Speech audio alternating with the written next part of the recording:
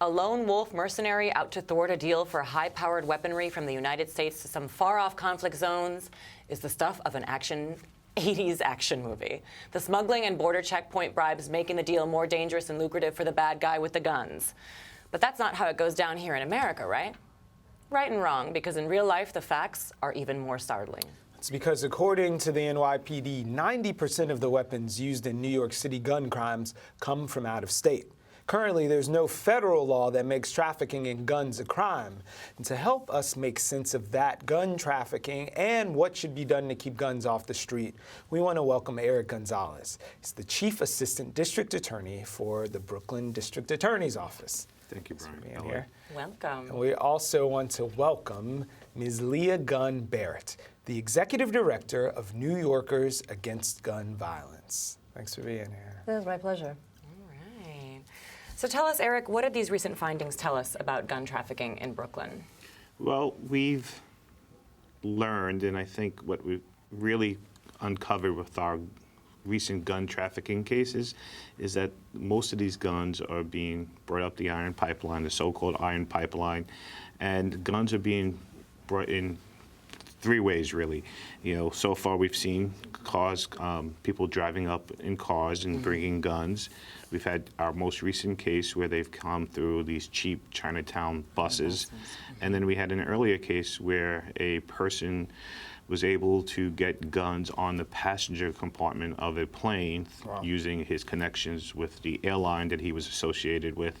And they brought in, you know, many, many guns from Georgia through the airlines. Wow. So, and what we see is that these aren't really lone wolves sort of acting. They have networks, and the networks are fully aware of what they're doing. They are working together and purchasing guns legally sometimes, but also illegally. And they are bringing these guns with the complete understanding it's a profit margin, that they know that these guns will get more money in Brooklyn and in New York City than they will fetch in other places. Is this what we thought was happening already? We just didn't have the data, or where did we think the guns were coming from? I think we knew the guns were coming from down south, but I don't think that most people in the public realize that these are sort of networks. These are criminal networks bringing these guns in. These are not just people who come up from down south with a few guns and they want to sell them. Right. They're looking to proliferate the streets of Brooklyn with these guns, and there's a price margin. They actually have networks. In some of the cases, they have designated people who have different roles, from purchasing the guns to driving the cars with the guns in them, and people here locally who sell the guns. So different people play key roles in this pipeline. So, Leah, we have been watching all these presidential debates, and we hear, depending on which party is up, about New York gun laws. And New York has these great gun laws, or New York has these restrictive gun laws. But you're interfacing with the governor. How are we doing compared to the rest of the country? Why haven't places like Georgia or other places in Virginia where folks are buying these guns and bringing them up, how is our governor interfacing with them to say, you know, we have a problem and it's starting at your front door? Yeah, well, I mean, these other states that you've referenced, in fact, Virginia is the #1 crime gun importing state into New York. They have quite weak gun laws, and we like to say that guns are like cockroaches or like pollution. They travel, they don't obey boundary lines, and we can have effective, strong gun laws in New York State. Our laws are not perfect. We still have a long way to go to strengthen them. But relative to states like Georgia and Virginia and Pennsylvania, they're pretty good. But we can't stop this flow of illegal guns from people who want to profit by them, these trafficking rings. So, you know, Senator Gillibrand, New York senator, for the second session in a row, has now introduced her anti-gun trafficking bill, which would make gun trafficking a felony. Right. And crack down on these straw purchasers. A straw purchaser is someone who buys a gun who doesn't have a criminal record, who can buy one legally, and they have on no behalf intent of having a gun. Right, on behalf of someone who cannot have one legally, like a criminal, someone with a record. And this is very common. So her bill would crack down on the straw purchasers, on the gun trafficking rings, and make gun trafficking a felony. Right. You know, at the moment, what is it now? It's a misdemeanor. You get the same penalty for trafficking guns as you would if you were trafficking a chicken. So it's pretty insane, given the What's carnage. wrong with trafficking a chicken? Salmonella, maybe? I don't know. Stay focused. But you talk about those straw purchasers and some of the, you actually have voice recordings of people who are Right. engaged in these things, and they break it down, and literally someone in a state like Georgia, not to pick on them, but Well, let's do pick on them. 50, We all right, should. Georgia, listen to this. $50 for a gun. Like, I go in and I tell Melody, who's the gun dealer, whether it's at a convention or a pawn shop or any point of sale, I buy the gun and I get $50 for every gun that I deliver to a person who's going to go up to New York and sell it for $2,000, depending on the weapon. Right. I mean, the problem really is that unless you're going to be innovative, and what we're trying to do in Brooklyn, and the District Attorney Ken Thompson has done, is we can't make arrest of everyone who's selling guns in New York City and expect that to make, to end the problem of trafficking. Yeah. But we're reaching into the states like Georgia, and we are looking to extradite those folks who are straw purchasers or who know that they are helping with an illegal gun operation in Right. Brooklyn by extraditing them and bringing them up on charges. And you have, from the bottom to the top, everyone involved has been Correct. named in this. And so that's sort of an innovative approach, but having these federal gun trafficking laws would also allow federal prosecution and would make it easier because right now the key is we have to show that there's a conspiracy, that they know that these people who are purchasing the guns know or have reason to know that these guns are being used as part of a network that Yeah. will be then sold illegally in New York City. Is that a high burden? Sorry. Yeah, I mean, it's difficult. We have to go, and that's why our investigations do use electronic surveillance and Gotcha. video surveillance as well, so that we can establish those links, that we can prove in court beyond a reasonable doubt that these people knew exactly what they were doing, and that there was a profit margin, right? $50 a gun, and so they knew exactly what they were getting out of this. Yeah. Yeah, you asked what Governor Cuomo could do, and there is one thing I can think of, is he could make public the crime gun source trace data that the ATF has, and the NYPD, and I think this is true, isn't it, Eric, that they trace all crime guns in New York City, and I think most Correct. major city police departments in the state of New York do the same.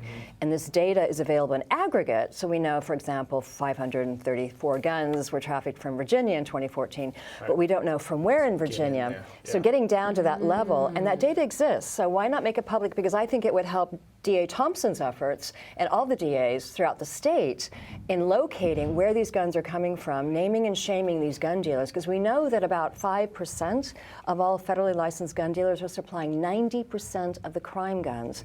So these are rogue, unethical gun dealers who need to be shut down. So Governor Cuomo could demand that that data be made publicly available so people could actually see where these guns are coming from, because they're killing our citizens. Right. And otherwise, the investigation is starting over every single Right, time. it's like putting your finger in the dike, and you're not really solving the overall problem. We need strong federal laws, but also knowing where the guns are coming from would be great. So who's standing in the State House door preventing these things? Because when we see the NRA or other lobbying groups, they say, you know, we are all for responsible gun ownership and accountability, and guns kill people. Or the other way.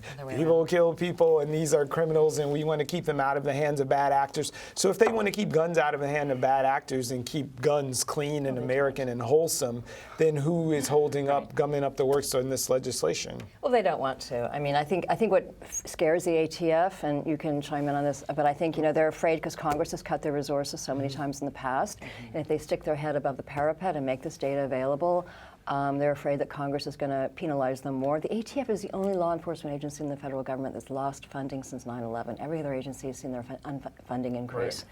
Right. And so, they are terrified. The ATF is terrified of the NRA.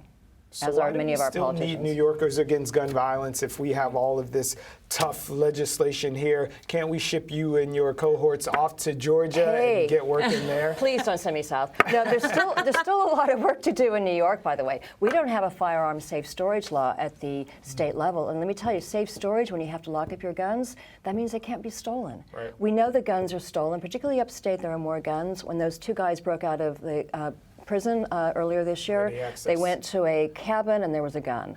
So, we don't know how many guns are stolen. Right. How would that work, and how would that be enforceable, something like that? Well, it'd be enforceable just like you enforce the traffic regulations. I mean, if you are speeding 100 miles an hour and you cause an accident or you're caught, then you pay a fine.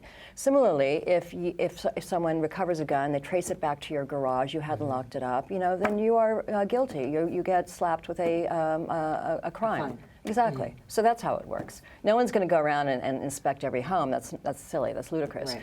But in the case of like a child being killed or injured on a play date, as in the case of Nicholas Nomkin in 2010, that father got no criminal penalties. He paid a $250 fine and court fees.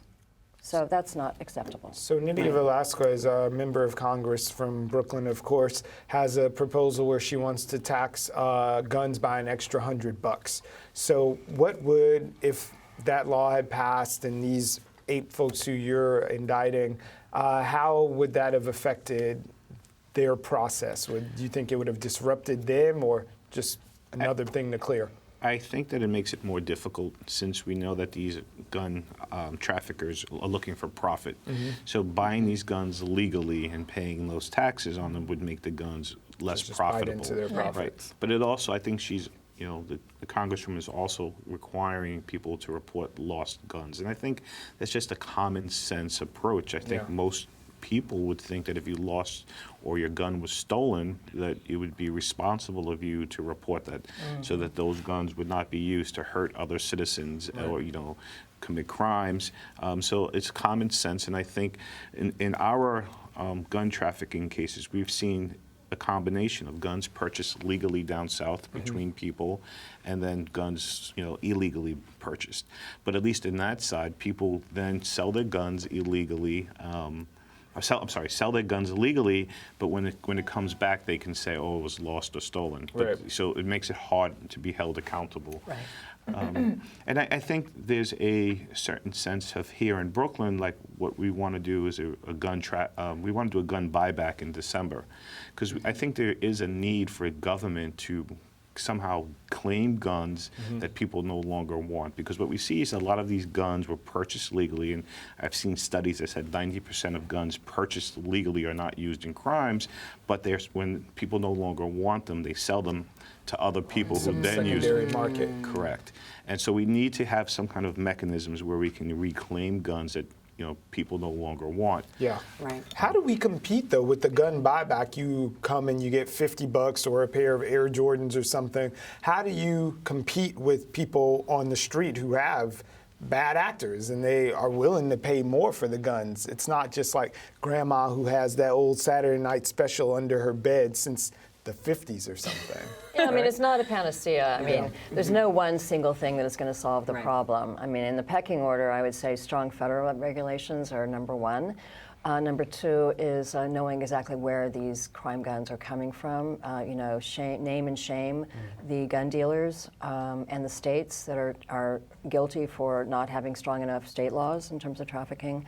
Having a national lost and stolen reporting requirement like we do here in New York would go some way, and establish a database of this. I mean, we have databases for our automobiles, our cars. Guns are designed to kill, and they do kill, and yet we can't have a database of who is owning them or who's trafficking them, or What's happening with the ammunition background check database?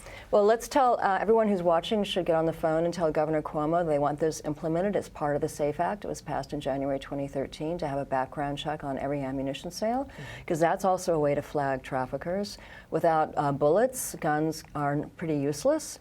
So we should get on and do this system. It's not technologically difficult, and I think that the governor's office needs to hear from New Yorkers that this is something that needs to be implemented. It was passed by both the House and the Senate and the Assembly, bipartisan, so we need to make it happen. So just as we close out, I wanted to sort of ask a sort of 10,000 feet up question. We've had Sandy Hook, we've had just almost innumerable times where, as a nation, we've just held our breath after the wake of gun violence, but we haven't moved the needle on a federal level and made national strides in the direction of gun control.